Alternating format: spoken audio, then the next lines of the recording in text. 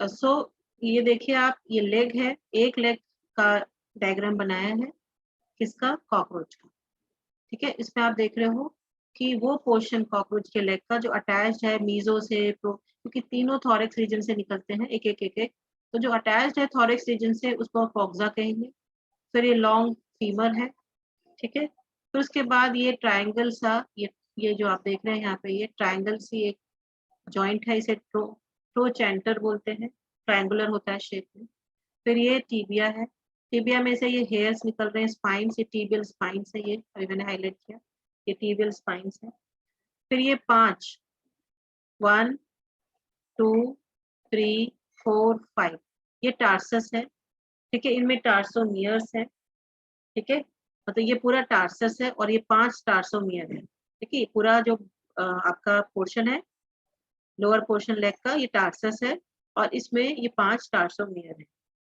और हर टार्सस में, मतलब ये जो टार्सस है 5, इनमें सब में पैड है, ठीक है, सब में पैड है, सिर्फ लास्ट वाले को छोड़ के, इस वाले को छोड़ के, सबसे लास्ट वाला जो है, जो क्लॉ के साथ, ये क्लॉ है, ये जो बना हुआ है, ये क्लॉ सा है, ठीक है। इस क्लॉ के साथ वाला जो आपका टार्सोमियर है, उसमें क्या नहीं है, उसमें पैड नहीं है, ठीक है।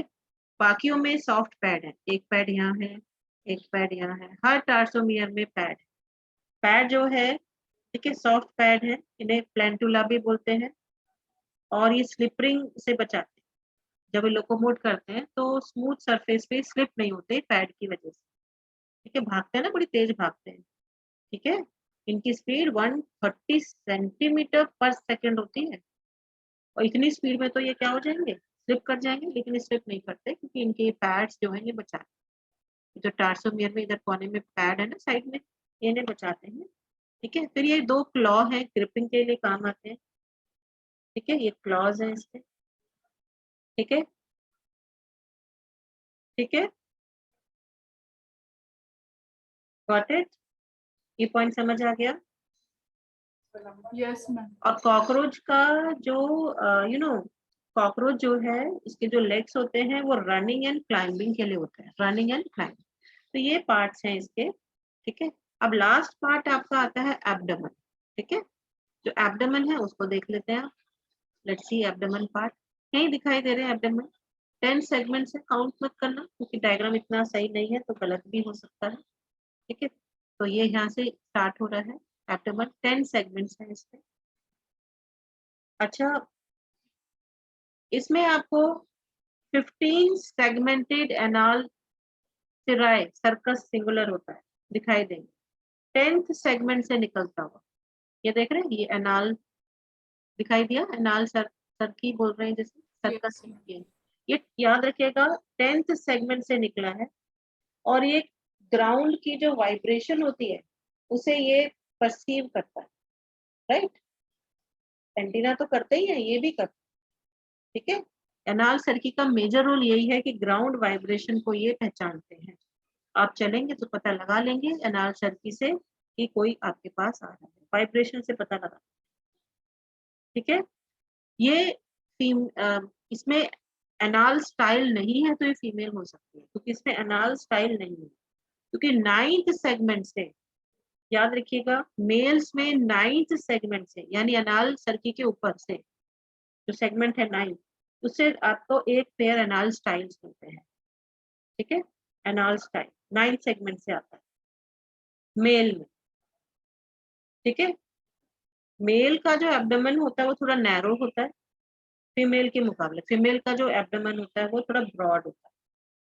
फीमेल्स में याद रखिएगा एनाल स्टाइल एब्सेंट होते हैं, एनाल सर्की प्रेजेंट होते हैं। बहुत इंपॉर्टेंट है बेटे, बहुत पूछा जाता है, क्या एब्सेंट होता है? फीमेल्स में एनाल स्टाइल प्रेजेंट होते हैं, फीमेल्स में एनाल स्टाइल एब्सेंट होते हैं, बट एनाल सर्की प्रेजेंट होते हैं। मेल्स में एनाल स्टाइल और एनाल सर्की दोनों प्रेजेंट होते हैं। एनाल स्टाइल 9 सेगमेंट से, एनाल सर्की 10th सेगमेंट से आता है मेल्स में, और फीमेल्स में सिर्फ क्या होगा, एनाल सर्की, एनाल स्टाइल्स नहीं होते। क्लियर, समझ आया? क्योंकि इनमें इंटरनल फर्टिलाइजेशन, इंटरनल फर्टिलाइजेशन होता है तो एनाल स्टाइल पॉपुलेशन में हेल्प करते हैं, एग स्पर्म को ट्रांसफर करने में हेल्प करते हैं। नाउ और सेक्सुअल डायमॉर्फिज्म तो हो ही गया, क्यों? क्योंकि मेल और फीमेल को आप डिस्टिंग्विश कर पा रहे हो। कैसे? मेल्स में एनाल स्टाइल है, फीमेल में नहीं है। फीमेल्स में 7th 8th एंड 9th ये जो एब्डोमेन है, एब्डोमेन के जो सेगमेंट्स हैं ये जुड़े रहते हैं, ये एक ब्रूड पाउच बनाते हैं, यानी फीमेल्स में ब्रूड पाउच होती है। 7th 8th and 9th visible नहीं होते, ठीक है, क्योंकि ये एक जुड़कर एक ब्रूड पाउच बनाते हैं। ठीक है, ब्रूड पाउच में क्या होगा, एग्स वगैरह वहां पे आएंगे, स्पर्म्स वहां पे इंट्रोड्यूस होंगे। तो ब्रूड पाउच जो है वो 7th, याद रखिएगा 7th 8th एंड 9th, ठीक है। इसमें सिर्फ 7th स्टर्ना विजिबल होता है, क्योंकि बाकी सब फ्यूज हो जाते हैं। 7th 8th 9th फ्यूज होके एक ब्रूड पाउच बनाते हैं। 10th होता है, 10th में से ही अनाज सरकी निकलती है। तो ये इनके एब्डोमेन है। Got it? एब्डोमेन समझ आ गया? एब्डोमेन समझ आ गया बेटा? Yes ma'am. ओके, तो मेल एंड फीमेल में एब्डोमेन से ही देख के आप बता दोगे कि वो मेल है या फीमेल है। फीमेल में ब्रूड पाउच है, मेल में ब्रूड पाउच नहीं है। पूरे 10 सेगमेंट दिखाई दे रहे हैं। फीमेल में भी 10 होते हैं, लेकिन 7th 8th 9th फ्यूज होते हैं, तो वो ब्रूड पाउच बना देते हैं। ठीक है, इसके अलावा फीमेल्स में एनाल स्टाइल नहीं है, मेल्स में एनाल स्टाइल है। दोनों में एनाल सरकी होती है। ये बहुत इंपॉर्टेंट है। Now come to next. अब आपका यहाँ पे दिया हुआ है डाइजेस्टिव सिस्टम, ठीक है, ये भी बहुत इंपॉर्टेंट है, इससे भी क्वेश्चन पूछते हैं। तो एनाटमी, अब अभी तक आपका मॉर्फोलॉजी चल रहा था, बाहर की चीजें देख रहे थे, अब अंदर की चीजें देखेंगे। एनाटमी यानी कि डाइजेस्टिव सिस्टम देखेंगे, रेस्पिरेटरी सिस्टम है, नर्वस सिस्टम है, ये देखेंगे। तो alimentary canal present in the body cavity और 3 रीजन में डिवाइडेड है, foregut, midgut and hind. Foregut, midgut and hind, यानी आपका एलिमेंट्री कैनाल जो है वो 3 पार्ट में डिवाइडेड है। फोरगट हो गया, ये मिडगट हो गया, और ये हाइंड गट हो गया, लंबस। ठीक है, क्लियर? तो 3 पार्ट में डिवाइडेड है, foregut, midgut and hindgut. ठीक है, कोई प्रॉब्लम? ओके। फिर फोरगट में क्या क्या आता है? फोरगट में क्या क्या चीजें आती है? फोरगट में माउथ आता है, दिख नहीं रहा है क्योंकि नीचे की तरफ है, तो नीचे झुका हुआ है, माउथ आता है। बकल कैविटी है, ईसोफेगस दिख रहा है, ईसोफेगस आएगा उसके बाद। फिर ये क्रॉप है बड़ा सा, फिर ये गीजर है। ये सारे पार्ट फोरगट में आते हैं, काफी बड़ा है। ठीक है, गॉट इट? समझ आया? कौन कौन से पार्ट? माउथ जो दिख नहीं रहा, नीचे की तरफ एंटीरियरली डाउनवर्ड है, ठीक है। फिर माउथ में बकल कैविटी, फिर ईसोफेगस, फिर क्रॉप और गीजर्ड, ये सारी चीजें फोरगट में आती हैं। एक पेयर इनके सलाइवरी ग्लैंड है, दिख रहे हैं 2 पेयर, याद रखिएगा 2 नहीं है ये, क्योंकि बाइफरकेट हो रखा है। एक ही पेयर है, एक यहाँ पर और एक है राइट, और राइट एंड लेफ्ट साइड में आपके एक पेयर, 1 पेयर ओनली आपको क्या मिलेगा? Salivary gland. और ईच ग्लैंड बायलोब्ड है, एक लोब ये हो गया, एक लोब ये हो गया, यानी सलाइवरी ग्लैंड 2 ही है, लेकिन उनमें क्या हो गया, लोब्स आ गए, इसलिए लग रहे हैं कि 2 पेयर है, लेकिन है एक ही पेयर। ये याद रखिएगा, ये बहुत इंपॉर्टेंट पॉइंट, क्योंकि डायग्राम में देखने में लग रहा है कि दो पेयर है दोनों तरफ, नहीं, आपके एक ही है, एक पेयर है, यानी 2 सलाइवरी ग्लैंड है। और क्योंकि ये लोब्ड है इसलिए ये बायलोब्ड है, इसलिए इस तरह से दिखता है। सलाइवा जो है हाइपो, टंग में मैंने बताया था एक क्या होती है, ओपनिंग होती है, किसकी? सलाइवरी ग्लैंड की ओपनिंग होती है टंग में, है ना। तो टंग में सिक्रीट करने से पहले, सलाइवा को सिक्रीट करने से पहले वो टेम्परेली स्टोर हो जाता है सलाइवरी रिजर्वॉयर में। आप देख रहे हैं ये सलाइवरी रिजर्वॉयर है, दिख रहे हैं ये वाले, ये देखिए बैक से दिखाई दे रहे हैं दोनों तरफ, ये सलाइवरी रिजर्वॉयर है। तो टंग में जाने से पहले, टंग में सलाइवा खुलने से पहले, पाइप खुलने से पहले ये स्टोर हो जाता है कहाँ पे? आपके कहाँ पे? रिजर्वॉयर में, और उस रिजर्वॉयर का नाम है सलाइवरी रिजर्वॉयर। क्रॉप का काम क्या है? क्रॉप यहाँ पे फूड मटेरियल को स्टोर करता है, गीजर्ड का काम क्या है, ये मैस्टिकेशन करता है। इसमें 6 क्यूटिकल के प्लेट्स बने होते हैं, ठीक है, साथ में 6 मस्कुलर पैड, यानी एक क्यूटिकुलर प्लेट, एक मस्कुलर पैड, फिर दूसरा क्यूटिकुलर प्लेट, दूसरा मस्कुलर पैड, इस तरह से ये जो है ऑल्टरनेट 6 क्यूटिकुलर प्लेट्स और 6 मस्कुलर पैड होते हैं जो मैस्टिकेशन में काम आते हैं, फूड को मैस्टिकेट करते हैं। ठीक है, समझ आया? ठीक है, तो प्लेट लाइक स्ट्रक्चर्स होते हैं गीजर्ड में, ठीक है, क्यूटिकल्स के बने होते हैं जो कि मैस्टिकेशन में काम आते हैं। तो गीजर्ड है ही ऑर्गन ऑफ मैस्टिकेशन, क्रॉप में फूड स्टोर्ड होगा और गीजर्ड में मैस्टिकेशन। गीजर्ड और मिडगट के बीच में, क्योंकि इसके बाद मिडगट आ रहा है, गीजर और मिडगट के बीच में आपको एक वॉल्व दिखाई देगा और उस वॉल्व का नाम है स्टोमोडियल वॉल्व, ठीक है, जो अलाउ करता है फाइन पार्टिकल्स को मिडगट में एंट्री देता है। ठीक है, गॉट इट? गीजर से एंट्री होगी मिडगट में, वॉल्व है इन दोनों के बीच में, गीजर और मिडगट के बीच में एक वॉल्व है, नाम है stomodeal valve. Should I write it? ये आ गया समझ? Should I write it? Ma'am उसकी स्पेलिंग। अच्छा, मैं यहाँ लिख रही हूँ स्टोमो, ठीक है, स्टोमोडियल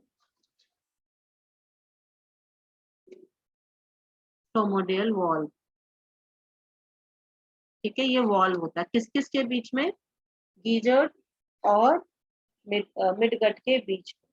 क्या काम है इसका? धीरे धीरे फाइन पार्टिकल जो गीजर ने मैस्टिकेट कर दिए हैं उन्हें मिडगट में पहुंचा देता है। मिडगट में क्या है? मिडगट में आपके, आप क्या देख रहे हैं मिडगट में? मिडगट में एक तो ये आपके हेपेटिक सिका होते हैं, 4 पेयर्स होते हैं, याद रखिएगा, 4 इधर दिखाई दे रहे हैं, 4 पेयर्स होते हैं। ये कहाँ पे भी दिख रहे हैं? ये आपको गीजर्ड और मिडगट के लगभग जंक्शन पे दिखाई दे रहे हैं, at the junction of midgut and foregut, यानी गीजर्ड और स्पेसिफिकली गीजर्ड और मिडगट के जंक्शन पे आपको क्या दिखाई दे रहे हैं? ब्लाइंड ट्यूब्स हैं। ब्लाइंड ट्यूब्स मतलब इधर की तरफ बंद है, इधर की तरफ बंद है, सिर्फ अंदर की तरफ खुलेंगी, ब्लाइंड है। इन्हें हम हेपेटिक या गैस्ट्रिक सिके कहते हैं। कहाँ पे प्रेजेंट है? फोरगट एंड मिडगट के जंक्शन पे। तो फोरगट का लास्ट पार्ट गीजर्ड है ना, तो मोर स्पेसिफिकली गीजर और मिडगट के जंक्शन, ठीक है। और ये क्या सिक्रीट करते हैं? Digestive juice. ये पॉइंट समझ आया? मिडगट में सिक्रीट यस करेंगे, मैम। मिडगट में सिक्रीट करेंगे डाइजेस्टिव जूस, ठीक है, ये इनका काम होता है। अच्छा, तो मिडगट में डाइजेशन होगा डाइजेस्टिव जूस की वजह से। फिर आपको फोरगट और मिडगट के जंक्शन पर तो आपको हेपेटिक सिका मिला, ठीक है। ऐसे ही आपको मिडगट और हाइंडगट के जंक्शन पर, लगभग at the junction of midgut and hindgut, ठीक है, यहाँ पे ये मिडगट और हाइंडगट के जंक्शन पे आपको एक्सक्रीटरी स्ट्रक्चर्स मिलेंगे। कॉकरोच के एक्सक्रीटरी स्ट्रक्चर क्या होते हैं? मालपिजियन ट्यूब्यूल, और ये 100 से 150 के करीब होते हैं, 100 से 150। ये मालपिजियन ट्यूब्यूल है, ये एक्सक्रीटरी वेस्ट रिमूव करते हैं, हीमोलिम्फ से एक्सक्रीटरी वेस्ट को एब्जॉर्ब करके ये हाइंड गट में उतार देते हैं, और हाइंड गट से ही फिर ये excretory waste, nitrogenous waste rectum से होता हुआ बाहर आ जाएगा। समझ आया? ये पॉइंट समझ आया? तो 100 से 150 के करीब ये आपके लंबे लंबे धागे जैसे क्या है, इनके एक्सक्रीटरी स्ट्रक्चर्स हैं, मालपिजियन ट्यूब्यूल बोलते हैं, ठीक है। ये मिडगट और हाइंडगट के जंक्शन पे मिलते हैं। ये हीमोलिम्फ, क्योंकि कॉकरोच में हीमोलिम्फ पाया जाता है, ठीक है, उससे जो है नाइट्रोजनस वेस्ट को एब्जॉर्ब करके हाइंड गट में फेंक देते हैं, और हाइंड गट उसको बाहर फेंक देते हैं रेक्टम से होता हुआ। क्लियर? डन? हाइंड गट के कौन कौन से पार्ट हैं देखिए। हाइंड गट में आता है इलियम, इलियम ये वाला पोर्शन, ठीक है, फिर कॉलम, लंबा सा बड़ा सा मोटा सा, और ये स्टोरेज पार्ट है, वही आपके जैसे होते हैं वैसे ही है, ट्रैक्टर, ठीक है। तो ये आसान है याद करना, क्योंकि काफी सारी चीजें तो आप जैसी ही हैं, ह्यूमन जैसी ही हैं। रेक्टम में अनडाइजेस्टेड फूड स्टोर होता है। इसमें 6 रेक्टल पैड होते हैं, ठीक है। तो यानी कि आपका जो डाइजेस्टिव सिस्टम है कॉकरोच का, ये एक्सक्रीशन में भी एक्सक्रीटरी वेस्ट को रिमूव कर रहा है और फीकल मैटर को भी रिमूव कर रहा है। लेकिन एक्सक्रीशन के लिए मालपिजियन ट्यूब्यूल है, ठीक है। नाइट्रोजनस वेस्ट को तो उन्होंने ब्लड से कहाँ लिया, एब्जॉर्ब करके कहाँ फेंक दिया, हाइंड गट, और हाइंड गट से बाहर चला गया, ठीक है। डन, समझ आ गया। Yes, ma'am. कॉकरोच जो होते हैं वो ओमनीवोर होते हैं, हर तरह का खाना खा लेते हैं, पेपर, लेदर, किचन सब खा लेंगे। स्लाइवा में स्लाइवरी अमाइलेज होता है जो डाइजेस्ट करता है स्टार्च को। और आपके जो हेपेटिक सीके हैं ये ज्यादातर सारी एंजाइम सिक्रीट करती हैं प्रोटीन को डाइजेस्ट करने के लिए, लिपिड को डाइजेस्ट करने के लिए, सुक्रोज को डाइजेस्ट करने के लिए। सब तरह की इनमें ज्यादातर एंजाइम्स होते हैं, क्योंकि सब तरह का खाना खा रहे हैं तो सब तरह के एंजाइम भी बना रहे हैं। हेपेटिक सीका एक काम और करता है, जो फूड डाइजेस्ट हुआ है वो मिड गट को एब्जॉर्ब करेगा ही, हेपेटिक सीके भी एब्जॉर्ब करते हैं। और हेपेटिक सीके क्योंकि ये कितने पेयर हैं, 6 हैं, ठीक है। कितने हैं, 6 to 8 पेयर्स होते हैं। तो ये जो है यानी 6 या 8 नंबर में होते हैं ये। और ये जो है सरफेस एरिया इंक्रीज करते हैं जिससे मैक्सिमम फूड डाइजेस्ट जो हुआ है वो एब्जॉर्ब हो जाए। तो खाली मिड गट से फूड एब्जॉर्ब नहीं होता, हेपेटिक सीके से भी होता है। ये एंजाइम तो सिक्रीट कर ही रहे हैं, साथ में इनका काम एब्जॉर्प्शन भी है। हाइंड गट में वाटर मिनरल एब्जॉर्ब होगा जैसे हमारे लार्ज इंटेस्टाइन में होता है। और अनडाइजेस्टेड फूड रेक्टम से, रेक्टम में ओपनिंग है वहां से बाहर निकल जाता है, ठीक है। समझ आ गया। Yes, ma'am. अब इसके बाद आता है सर्कुलेटरी सिस्टम कॉकरोच का, ठीक है। ब्लड वेस्कुलर सिस्टम जो है कॉकरोच का वो ओपन टाइप होता है, ओपन स्पेसेस होते हैं, ठीक है। उसमें जो है क्या होता है, ब्लड फिल्ड रहता है। और और उसके अंदर जो है ऑर्गन्स डूबे रहते हैं, आप ये कहें ओपन टाइप होता है। कैपिलरीज एब्सेंट होती हैं। हीमोसील इसमें वेल डेवलप्ड होता है। हीमोसील होता है, कैविटी होती है, बॉडी कैविटी होती है, उसमें ब्लड भरा होता है। लेकिन हीमोसील में याद रखिएगा आरबीसी नहीं होते, ठीक है। तो ऑक्सीजन ये नहीं पहुंचाते टिश्यूज को। इंसेक्ट्स में ऑक्सीजन उनके रेस्पिरेटरी ट्रैक्ट पहुंचाएंगे, ट्रैकिया पहुंचाएगा, वहां पे ट्रैकियल सिस्टम होता है वो पहुंचाए विंग्स की मसल्स को, बॉडी को। क्लियर, समझ आया। याद रखिएगा ब्लड जो है कॉकरोच का या किसी भी इंसेक्ट का जो ब्लड है, ठीक है, वो ऑक्सीजन प्रोवाइड नहीं करता। रेस्पिरेटरी सिस्टम से ब्लड, रेस्पिरेटरी सिस्टम से कॉकरोच को ऑक्सीजन मिलता है डायरेक्टली। स्पाइरिकल्स होते हैं 10 पेयर्स, ओपनिंग होती है, वहां से ऑक्सीजन ट्रैकिया से होता हुआ, ब्रांचेस से होता हुआ सीधा मसल्स में, बॉडी में पहुंच जाता है, ठीक है। फाइनली डिफ्यूजन, ठीक है। समझ आ Yes, गया। ma'am. तो ब्लड क्या काम कर रहा है, न्यूट्रिएंट्स प्रोवाइड कर रहा है, ऑस्मोलैरिटी भी मेंटेन हो रही है, ठीक है, किडनी की वजह से। किडनी तो नहीं है यहाँ पे, मालपिजियन ट्यूब्यूल है, लेकिन न्यूट्रिएंट प्रोवाइड करता है लेकिन ऑक्सीजन प्रोवाइड नहीं करता। ये मेजर डिफरेंस है, ठीक है। बॉडी कैविटी को 3 पार्ट में डिवाइड कर रखा है।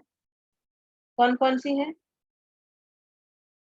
एक आपकी डॉर्सल वेंट्रल डायफ्राम है, इसमें यहाँ बना नहीं रखा है इन्होंने, ठीक है। मैं देखती हूँ अगर बनता है तो।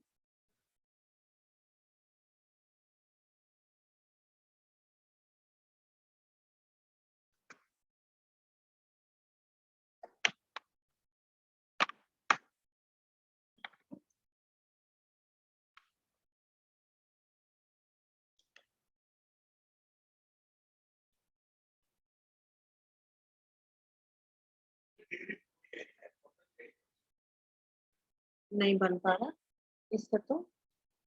ये देखिए ये कॉकरोच है,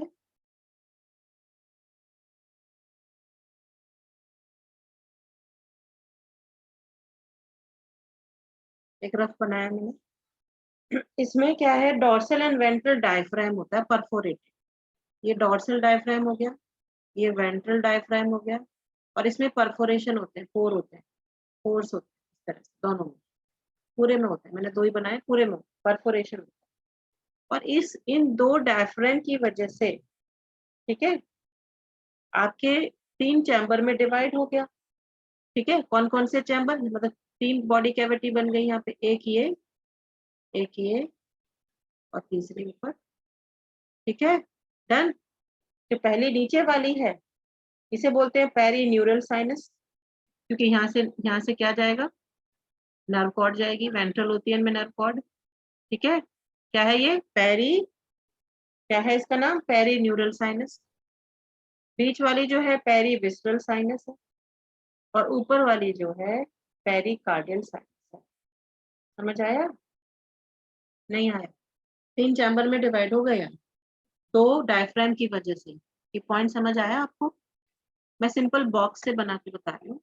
ये एक बॉक्स है, कॉकरोच है, मान लीजिए कॉकरोच की बॉडी, इसमें 2 डायफ्राम है, एक डायफ्राम ये हो गया, एक डायफ्राम ये हो गया, इसमें छेद है, परफोरेशन, इससे कि लिम्फ जो है, हीमोलिम्फ जो है, या आपका जो जो हीमोसील में जो फ्लूइड भरा हुआ है, हीमोसील है ना कैविटी, उसमें जो फ्लूइड भरा हुआ है, ठीक है, वो एक कैविटी से दूसरे कैविटी में चला जाए।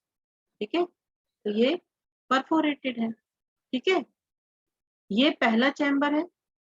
ठीक है, ये दूसरी कैविटी हो गई, और ये तीसरी हो। क्या नाम है इनके, नाम मैं लिख देती हूँ।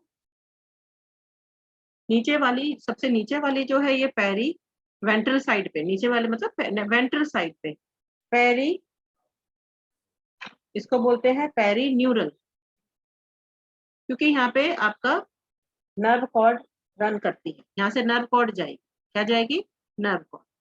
बीच में जो है वो पेरी विस्ट्रल है, peri perivisceral sinus, peri विस्ट्रल